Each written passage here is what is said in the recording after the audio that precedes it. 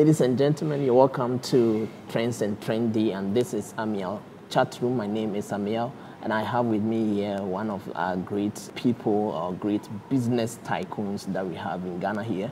His name is Dr. Prince Kofi Klugerson, and he is the Chief Executive Officer of Celltel Networks Ltd, which we'll be talking about today. And then we'll be also looking into some other projects that he's up to and then his life. And he is an inspiration to many of us. Mr. Dr. Kofi Klugerson, you're welcome to Amiel Chat Room. Thank you. All right, so I actually saw that, or I heard that you are doing something very magnificent here in Ghana. And I was very much interested in what you're doing. So I said, okay, let me come over and then have a discussion with you and let us look into what you are up to, because I think what you're doing is something that will surely impact Ghanaians, or let me say it, impact the country. So let me start off with Celltel Networks. What is Celltel Networks and what are you up to? Okay, Celltel Networks is an offshoot of, the first generation Celltel, which I founded many years ago. Celltel Networks is a very major, technological company, which is about, to, appear or launch, within the country. It's an offshoot, of, the old, Celltel, Limited, which began the telecommunication milestone, for Ghana, many years ago in the early 90s, through which a lot of things were funded. Ghana Stock Exchange, the National Communication Authority and others. But of late, for the last few years, with the emergence of digital technology. So what we're doing is, luckily we are blessed, to be, chosen, as the company who should champion what we call a smart city project. Smart cities, including the next digital world, is a very new emergence of technology where it's transformed the whole country and moved it from analog to a digital economy, and the whole country benefits. Ghana having 275 constituencies, today we have various economic zones in all these constituencies. There's gold, there's coffee, there's this, there's that. So the project is supposed to be able to pick a district by district and then transform. But the key that we are prioritizing right now, Ghana has a very major challenge in connectivity when it comes to digitalization and also internet. For the last many years, we focused on voice, technology, GS and whatever. But the next emergence today is what we call, whilst the MTN are doing in LTE, we are moving to what we call Wi-Fi technology. Now, Wi-Fi is a technology, and if you look at all your phones, they are all the apps, the YouTubes and all of them, they are operated by Wi-Fi when you turn them on. So our project is supposed to make sure that there's Wi-Fi footprint everywhere in the country. Now, one of the major voids in the country right now is what we call devices. When you look at the world of technology, what champions, what takes the lead is devices, smartphones, laptops, computers, and of like. Now, if you go to the health, sector, there's something called telemedicine. So the device that I use and to power them, all of them are powered by Wi-Fi. Today, most of the medical equipment that come to this country, they're all Wi-Fi enabled. Most of the military equipment, whatever, they are all Wi-Fi enabled. So we do not have that infrastructure here. So Celltel Networks is on the road to be able to establish, that very powerful network in Ghana. Not only in Ghana, it's a project that, by the grace of God, will span over the whole of the African continent, but starting from Ghana first. With the emergence of the African Continental Trade, agreement, Ghana being the headquarters, everybody wants to rush to Ghana now. We just heard about Twitter, coming, to Ghana and others. But we have a very major, almost all the major companies are aligning with us to be able to execute these, delivery of these services. All right. One other thing I'm saying today is that if you look at our president, he's someone, and the vice president, who are some people who are trying to champion what I call the new economy. One industry, one factory, free research. If you look at the free researchers, phenomena alone, it's a huge futuristic project. It's not a school. Because when you have 1.2 million kids, coming out of high schools, go to university, go to the job market, I don't see how we can absorb them. Yeah. So now today, you don't need to absorb them. If you look at what you're doing right now, for a tripod and a phone, you're in business. Yeah. So, all you need to add again is a connectivity, so they can be able to, go to YouTube, whatever. So our goal is that we want to make sure that almost all students in Ghana here, are powered with a laptop or tablet and must be connected to data or Wi-Fi, whatever they are, whether they are in the rural area, they are home, or whatever, they might be connected, and continue their learning. Now with the COVID and the pandemic right now, if you look at the last 6 months, it's a huge major challenge to most countries. But technological companies in the world, Amazon and others are really advancing very, very fast. Yes. Because people are staying at home, people are staying. So, but we are, because of the planning process in Ghana, we are about late, but we think that from June going, we'll be able to, launch, and begin that process. So there are so many programs that we have to be able to support government, to be able to deliver this service. So every community in Ghana would be covered, by our signal to be able to achieve these objectives. So how are you going to enroll every Ghanaian onto your platform? Okay, what we're doing, this is a very specialized project. Like what you've seen already with GSM, whatever it is, which is only data buying vouchers. Yeah. Our project, our project will be bundled with devices, to be able to deliver, so that when you have a phone, you have an unlimited data wherever you are, and there's a lot of content that will be provided. Now, as a result of that, we are also putting a very big assembly plant, the first of it in Africa, at the time free zone right now, which we are assembling the smart TVs, the laptops, the smartphones, and all the devices that will be required to deliver those services. So we are hopeful that in every district of the country, we should be able to be, connecting. We are not looking first 10% of the country is our goal, so that every district will cover, and then we'll expand from there. So we are going to be launching very soon. Every student sponsor one laptop per child. Because one of the major problems about Ghana also is that we don't have a credit system. The interest rate is about 20, 25, 28%, borrowing rate. As a result of that, price of goods are very expensive. Now, before Europe, or US or China, nobody buys a smartphone or laptops. We buy it on a subscription basis. Yeah. So the first time in Ghana, we are introducing that subscription basis, a little about 200, 250 cedis a month. For 2-3 years, you can own a whole i7 laptop with connectivity, unlimited data, wherever you are. We have almost about 3 million students today in the public universities all over the country. And when they go to the universities, it's quite sad what they are going through right now.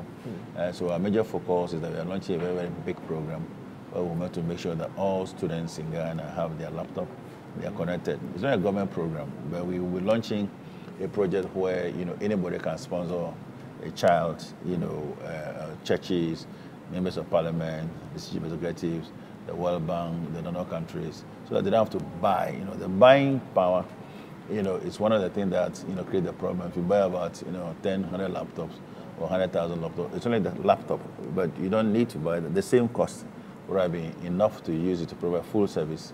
The laptop connectivity and a smartphone. Well, what basic everyone really needs in Ghana today or in the world is a smartphone, a laptop or a tablet, and also to be connected to a high-speed Wi-Fi.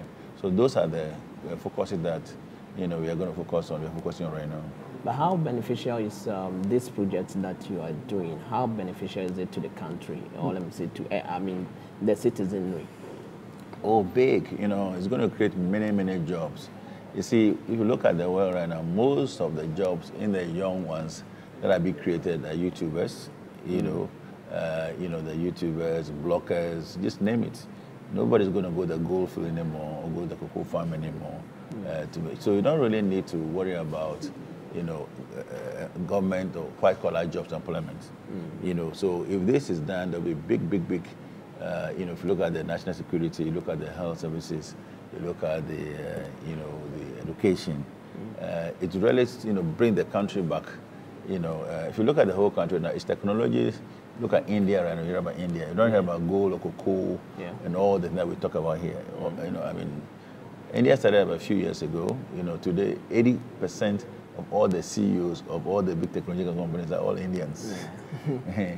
One of the things we're not realizing in this country is the appreciation by our governments about you, the young people, and the talent that you can achieve. You know, and all that you need, like I said, in this business today, is a way to equip with devices of your choice, and you're in business. So we hope to be driving the commercial. If you look at markets today, e-commerce are the big thing. Why do you have to drive to go to a Google market to buy food? You know, to buy yam or to buy food or whatever. You don't need it. Even most farms today are built by Wi-Fi enabled farms, which will link you to the commodity, exchange. So, but with the devices and the connectivity, you realize that you don't need to do that. We are doing a very big trial right now, as we are doing right now. We have big churches that we are working right now. You're surprised the church economy in Ghana is so big. I didn't even realize that myself. My village, there are about 22 churches. So we are partnering with the church, to make sure that our goal is that every church goer, must be able to be empowered to have at least a smartphone. One of the most interesting statements that was made to me when I was doing all these things is Professor Frimpong Manso, the General Superintendent of the Assemblies of God and the Pentecostal Council. He said, look, Prince, I want to make sure that there must not be any day that any president or any pandemic can close down a church. Everybody must have a church. So through that medium, you'll be able to connect, through streaming or through, social media, to connect, churches, whatever they are, not necessarily television. So the key is that connectivity, which we'll be providing. So we big, and then it will lift Ghana up. If you look at the vice president, championing digitalization. Digitalization is only connectivity. You need to connect to Wi-Fi. You need to connect to a platform. If you look at all the fintech, that are coming through the mobile money is now USSD. It's not digital yet. So they're not trying to shift to digital platform, but the lines are not there. But we will be able to bridge that gap, to provide those things. And our goal basically is that we want to create quality jobs and wealth with the young people. I have a big project here, what I call the legacy of the young ones. I started when I was very young, many years ago, with only 12 pocket calculator. Here I am today. So we will to empower a lot of the young people, the young team. If you look at here, most of the staff here, they're very young, fresh. For university, HSC, Legon, all nations, and they're doing very, very well. So if you're able to create, they will create about 10,000 jobs and more. 10,000 jobs, yes, that's so huge. our goal is to create about 10,000 jobs. Every district, they'll be empowered to do so. And then we have a smart agriculture, which we're going to launch very soon. We are launching smart transport very soon, where there are a lot of buses that which fully equipped with Wi-Fi and GPSs, which will be municipal or district by district buses.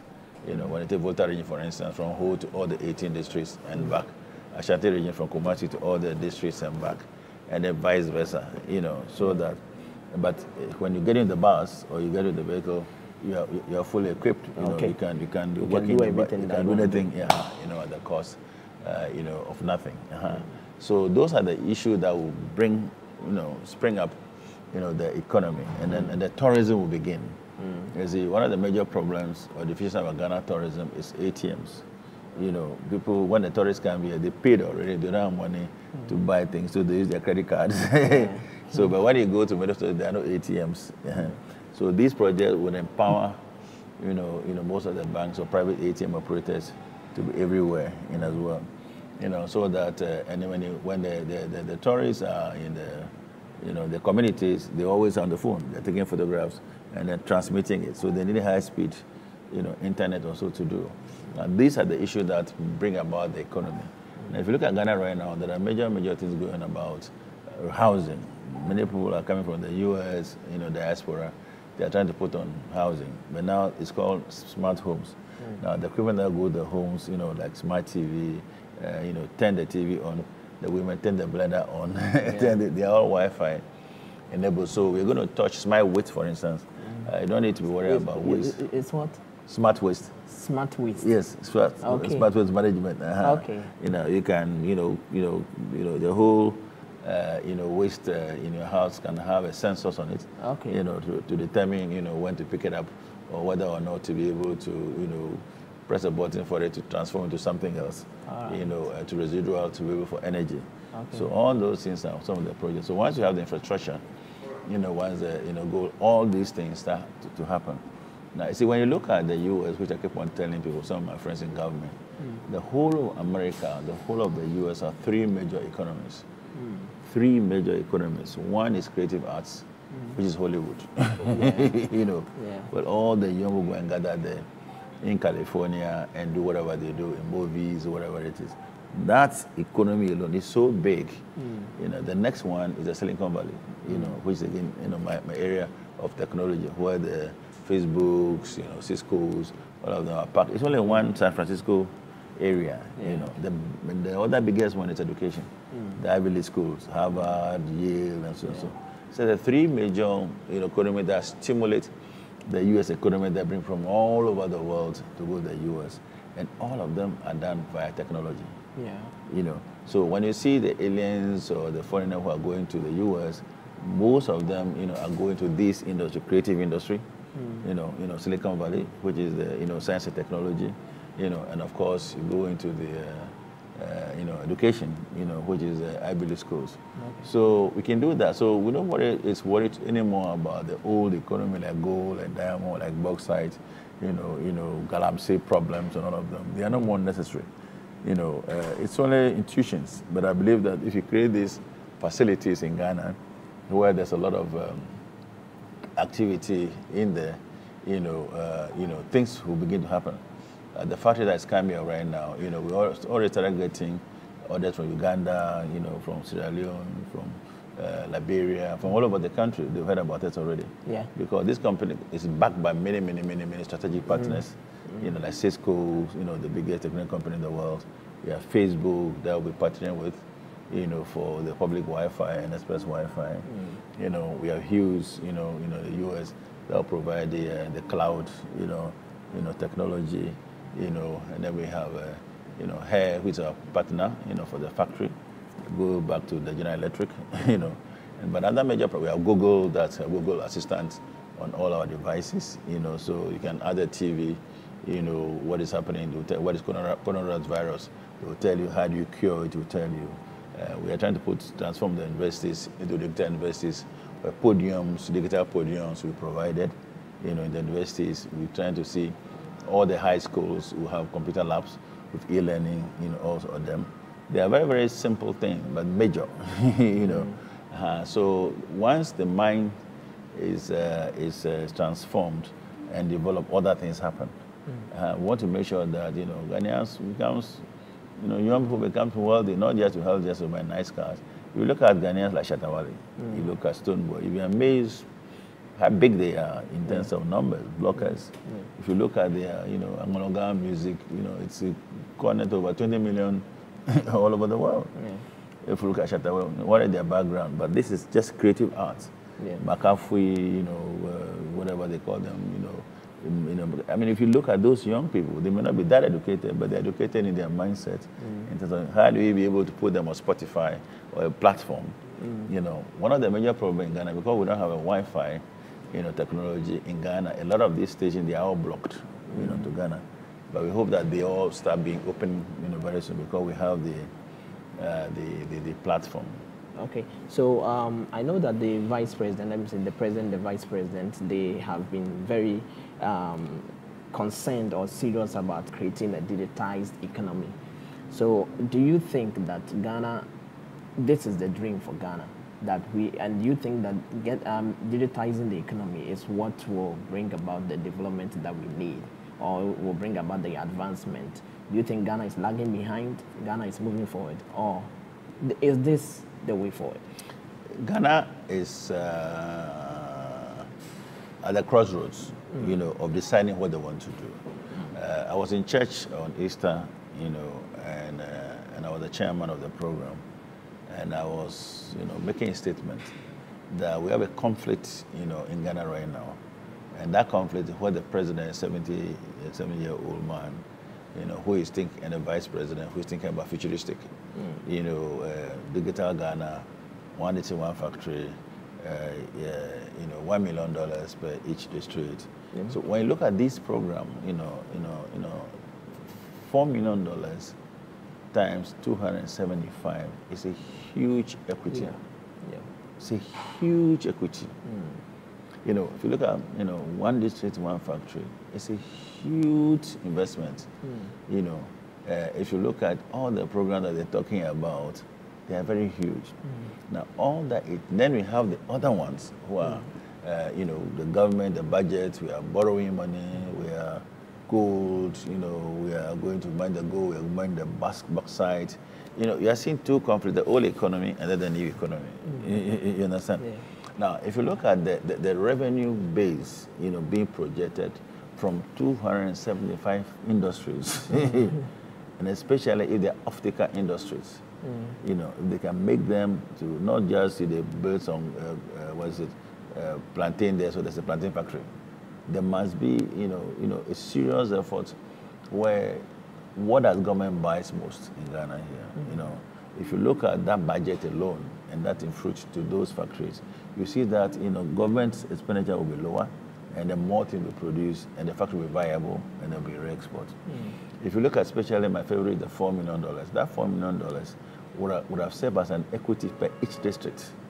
Because most of the deals that are done are about 60% debt, 40% equity, or 30% equity, 70% debt. So if that serves as an equity, all the districts have had about $10 million by now, for which the whole district would have started expanding. Government does not need to build inner roads in the district and all these petty things. So it's a very, very, very important program. Now, these programs are all backed by technology, without which you cannot do it. Now, we are seeing the problem we have in Ghana now. We are told there's something doing so. We are also told that there was an excess capacity of power.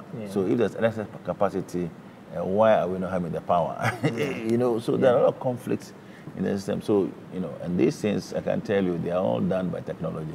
You should be able to know, what the problem is.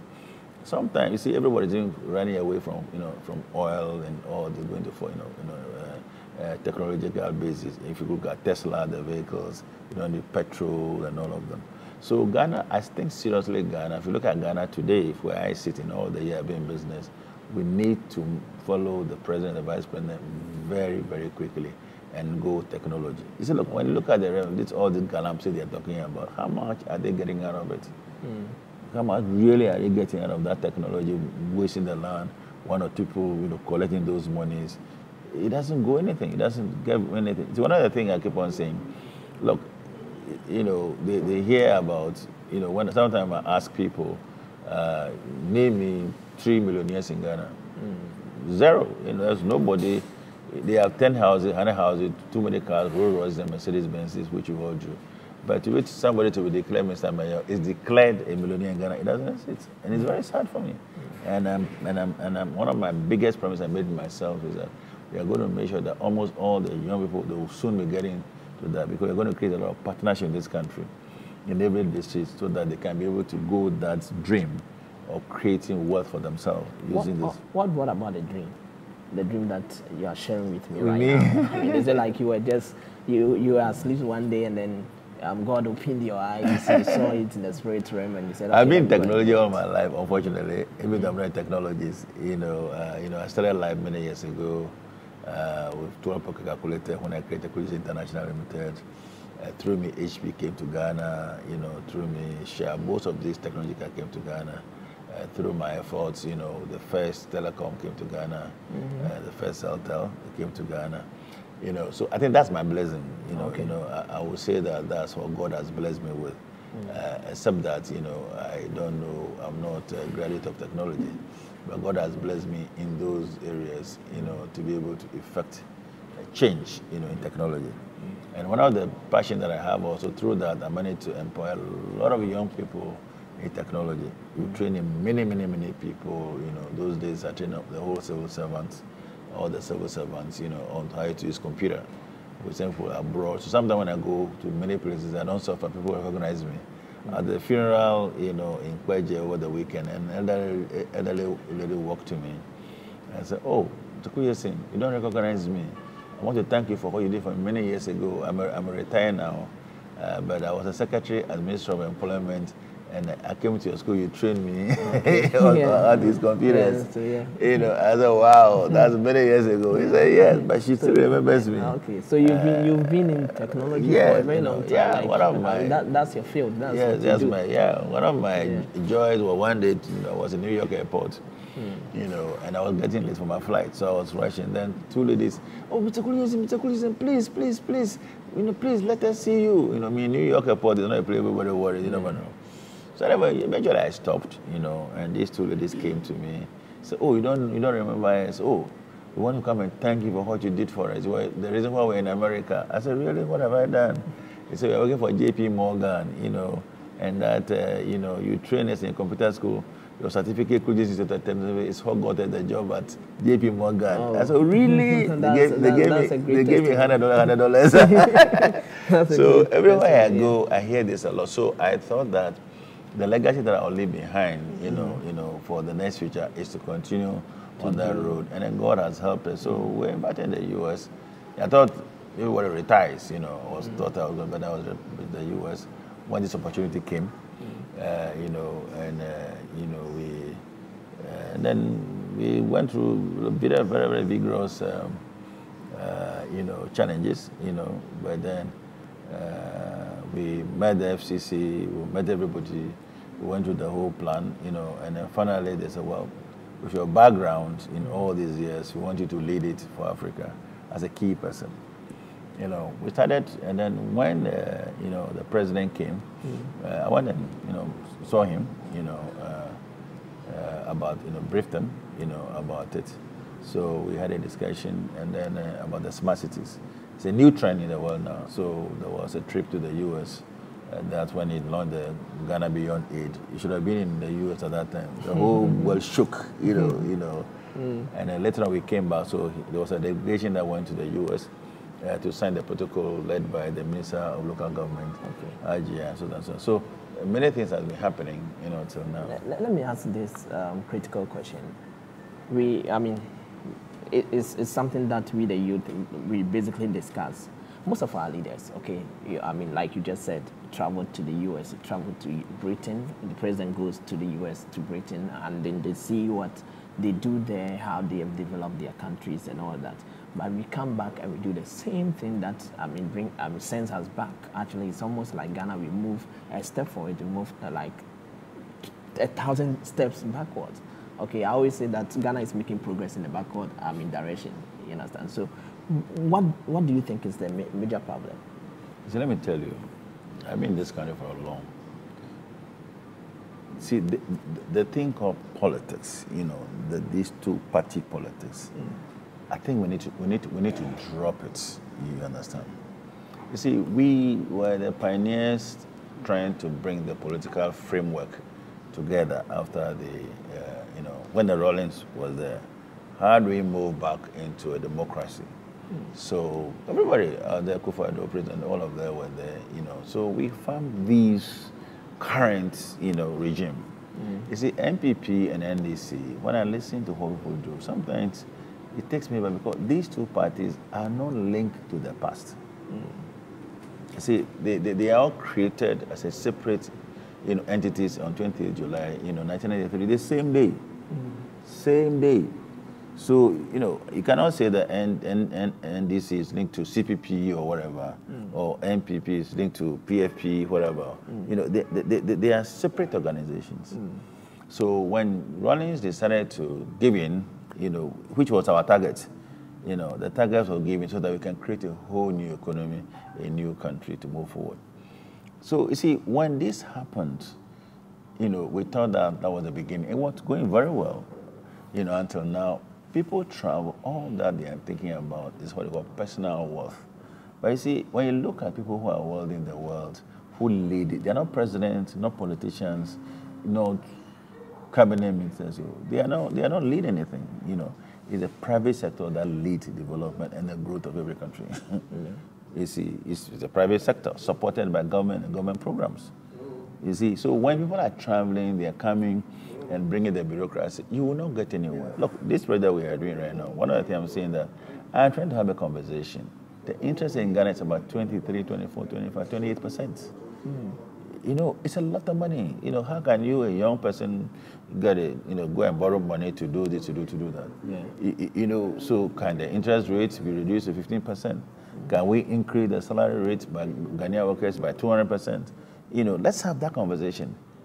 Can we defer some of the projects so that we focus now on the personal development and wealth creation of the Ghanaian? Because see, if you go around China, US, Britain, and all these people, not that they also, but there are programs that allow the Ghanaian or the foreign workers to be able to use credit to develop and transform themselves. That is the economy. You see, because if it's all costs about 2 or 3 or 4 for $5 billion to do that, let's focus on that so that there will be happiness in the system. You understand? You know, so that the country can move. I mean, it's not worth it paying this interest rate. You know, because look, when you go to everywhere, so the power of credit, American Express, Visa, MasterCard, whatever, these are the powers of the economy, you know, everywhere in the world. So a young man arrive in London or go to the US as a student, before he get a credit card, $500 credit limit, you go to school and then swipe on the digitalization, had a tablet, whatever, and then things happen. So the problem basically is that we need to do something I'm doing, something that you are doing, you know, and then push that private sector program for you see, these days, even I go to speak to a lot of universities. They don't want to be anybody anymore. They want to be like the politician. You know, and you know, when I look at the analysis, the whole government employs 700,000 people. The whole Ghana employment civil service, you know, military and everybody, maybe maximum 1 million. You see, now if you look at the wealth of the nation, the foreigners are holding about 75% of the economy. Don't forget, you don't find them, you know, Lagos or the KNUSTs or whatever it is. You don't find them on the street driving big cars. You don't find them driving, you know, in major houses, but they control 75% of the economy. How do they do it? They're the simpler in the system. Wealth creation is a very simplistic, you know, business. You see, so the issue is that we need to have a conversation about governments. You know, you see, look, one of the things that Ghana is not like other countries. So almost everybody, they're NPP or the NDC, they want the same secondary school. They want the same university. So I'm trying to find out how can we not have conversation. Look, in our industry today, if you look at, we all started, but because of equity levels, we did not succeed. You know, I mean, President Akufo-Addo was Telecom, I was Celltel. You know, see, so now we have a new thinking. Because when it comes to equity and debt ratio, you know, they made the project $200 million, $300 million, $400 million. It's too much, you know, in terms of what Ghana can do. Then the borrowing, the Ministry of Finance, or whatever it is. You know, so I believe that conversation must be held. Let us take a first of all on the buying power of the Ghanaians. Do you have other businesses you run aside Celltel? Yeah, I have. You know, outside of Equity International, which is a major thing that we do also in equipment, technology, and you know, various. Yeah, you know, I was the AGI president for Association Ghana Industries, you know, for some time. And you are also the president of the Voter Development Forum as well, you know, newly elected. So we've been around, you know, touching lives. You know, we'll continue to do them. I believe that this project and a few things that we are doing now. So my special focus right now is to support government and its program, and also youth development, technical development, so that we can grow the economy. I mean, when I hear Twitter is coming to Ghana, I was very excited. And I said, oh, then I have a problem, because people need to be connected. You know. So you are doing the launching very soon. And yeah, very soon. After the launch, you just. Yeah, we are doing a trial right now. You know, we are doing a trial. You know, right now. So we have a device. Okay. You know, it's a Wi-Fi device. All right. You know, that is being introduced very soon. Okay. And it works. As of today, it works everywhere in Ghana. All right. You know. And then 10 people can use this. Yeah, 10. Oh, we got some information already. Yeah, 10 guys on Wi-Fi. Okay. We are having 2025. One of the things that we are working on right now. It's beautiful. And this has power bank as well. Okay. You know, has a very do you create this yourself? Yes, we're manufacturing it. We design it. Okay. We're manufacturing it eventually, but now it's coming from the, our partners. All right. You know, in the US. But now we are also trying to, because of the power problems in Ghana right now, we are going to bring devices that have a longer power banks, you know, which we produce here anyway at the factory in Tama. so that your TV can be on, even if they like good. You see, the children in our homes are the most intelligent. They must not be denied, of these programs. Look, every child today, when you go every home today, whether you're from the village or rural, the power of children, the power of technology is helping Ghanaian children very, very, very smart. So we should make sure that these things, whether they are doing so or program, should not deny them to have these services, within their homes, whatever they are. So our project, that doesn't matter whether it's a Konjo Chrome, whatever it is, there must be a smart TV at home there. So the payment can be very, very small, as little as nothing, and then spread over a year, 2, 3, 4, 5. All right. So the youth of today, what message do you have for us? Do you think the youth I've been doing a lot of interaction with the youth, because of this business. Yesterday, you have the Nooks people here, the SRCs were here. We met the SRC at Legon, at KNUST, many, many places. You see, there is a short window in Ghana today for all the youth. Unfortunately, most of them are taking up political positions. Most of them, But and that's a problem, right? It's a big problem, because there are only 275 positions in politics in terms of members of parliament. There are only 268 or 270 district executives. Ministers are no more than 100. Political appointees are no more than another 100. So where is the space? But most people today, this is because, that is really the momentum right now. So program that I'm doing right now, which is the new Celltel project that we are doing, I think that it's going to be a major focus business that are going to bring a lot of foreign partners also in Ghana, trying to train and redirect and you tune the directions.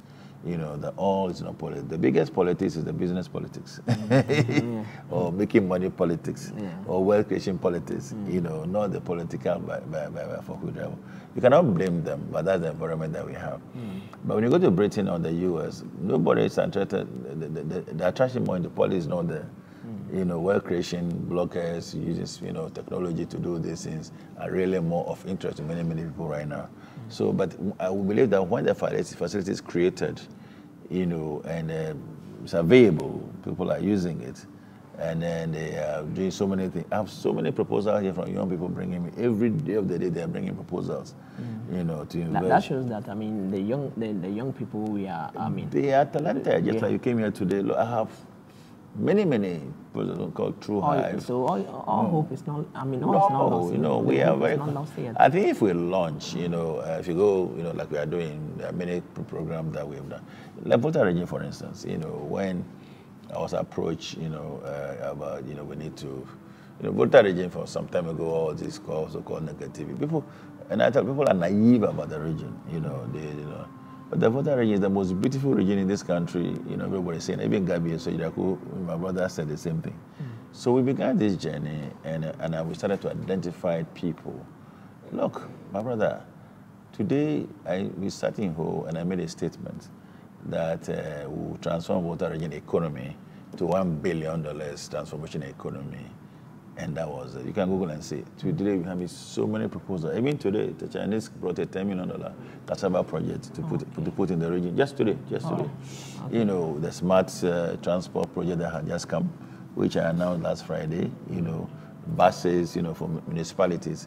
You see, in people, if you go to the UK, there's nothing like UK. It's Birmingham government.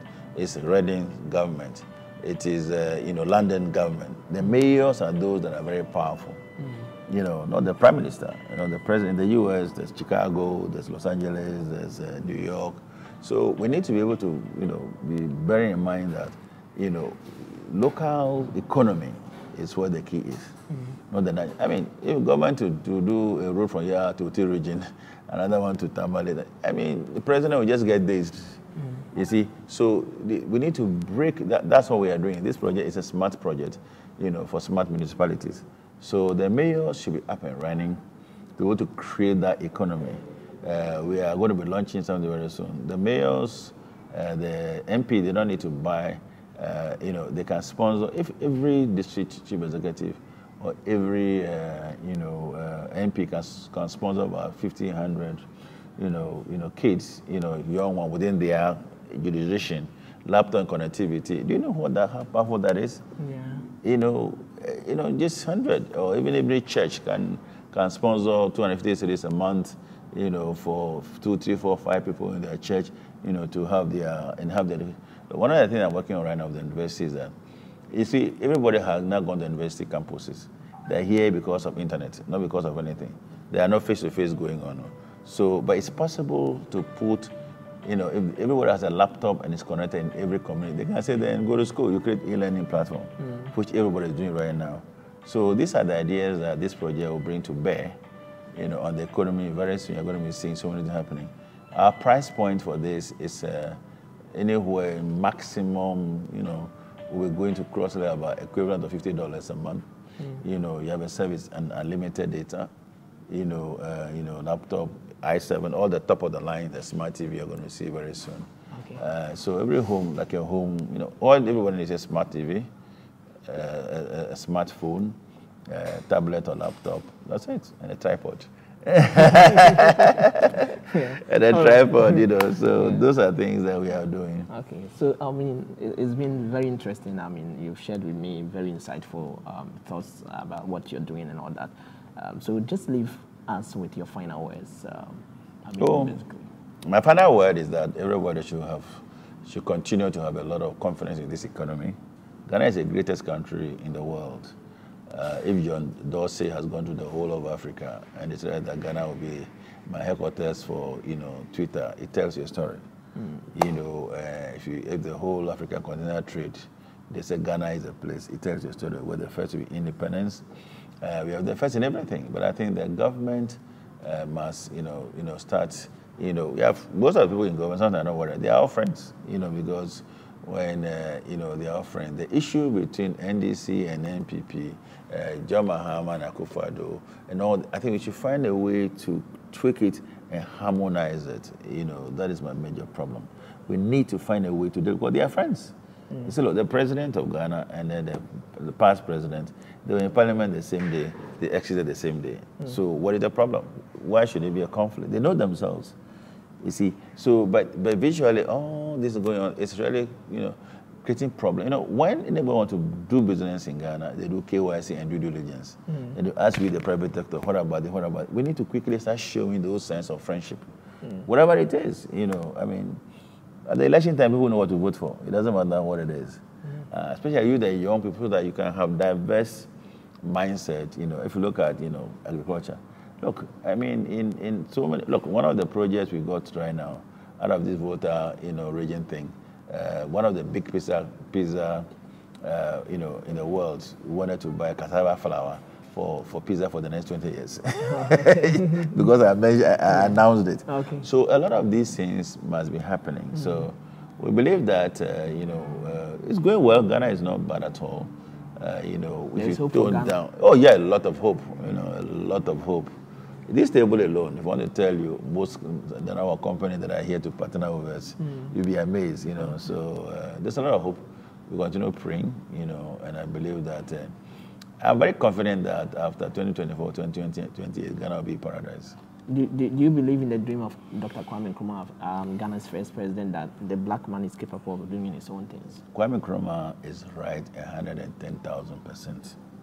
Because I live in Chicago. I grew up in Southside Chicago. I grew up in the ghetto. And I see the power of the black person. Most of the invention in the world, are all about us. The knowledge we are blessed, except that, you see, the problem that we have is our own inferiority complex sometimes, and it comes to affect it. If you look at Nkrumah, he didn't do anything different than we are trying to do. It's futuristic. He prophesized. He does this. And anyway, look, Kwame Nkrumah, when you go around the whole world, those who travel a lot, Kwame Nkrumah, Michael Asian, J.J. Rollins, Kofi Annan, this one here.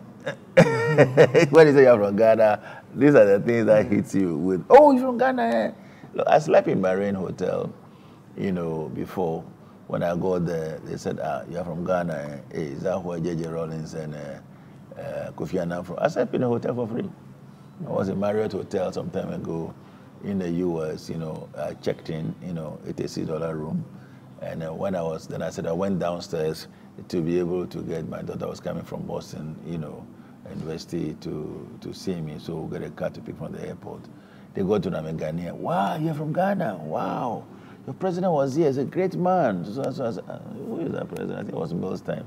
I said, no. When I said, no. He came and brought Rollins photograph and all the hoteliers. So I told the wife as my tribute to them when I went there. So, when you go, I was in the Chicago many years ago when this Kwame Nkrumah thing was going on, as a young man. And it's a bliss, So we need to find a way also to appreciate and harmonize, those issues, and I think it's going well, I'm not that worried because Ghana is not like other countries. The two political parties, they are friends, but sometimes certain things are done as if they are not. But they are very, very good friends, When you look at if you see what's happening in Parliament today, it tells you that in America they call it horse trading, people may not be happy. But the future is very good for Ghana, and I'm very happy. What I'm doing, I'm very excited about it. I'm very blessed about it because, sometimes I laugh, I smile because all of them here, they are my children, some of my grandchildren, and I call them our bosses because they are doing excellent work. Knowledge based, they're all happy here, doing creative things, creating new computer, designing things, and they're being approved by the world major bodies. So there's a great, and many other friends are doing so many things. With the webinar, with the COVID, there are a lot of conference things going on, webinars and so on. That people sent me and I see names. I said, wow. So what we need is what we are doing. We need to create quick data, high speed for people. We have some experts in town that were here yesterday. They are so amazed. And I believe that through us, through other people, linkages will make sure that Ghana become a very great country. Very soon. We are already great anyway.